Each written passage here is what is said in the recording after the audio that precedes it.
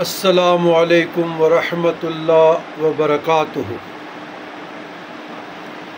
اللہم صلی علی سیدنا محمد وعلی آل سیدنا محمد وبارک وسلم بعدد کل شیء معلوم لک۔ اشہد ان لا الہ الا اللہ وحدہ لا شریک لہ واشہد ان سیدنا محمد عبدہ ورسولہ۔ رضیت باللہ ربا وبالاسلام دینا وبمحمد صلی اللہ علیہ وسلم نبیا رسولا۔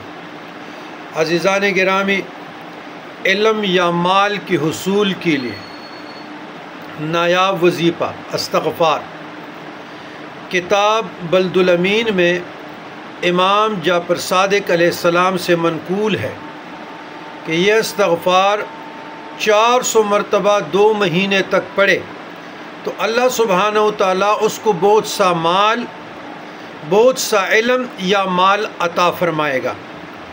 استغفار: استغفر اللہ الذی لا الہ الا هو الرحمن الرحیم الحی القیوم بدیع السماوات والارض من جمیع ظلمی و جرمی و اسرافی علی نفسی و اتوب الیہ۔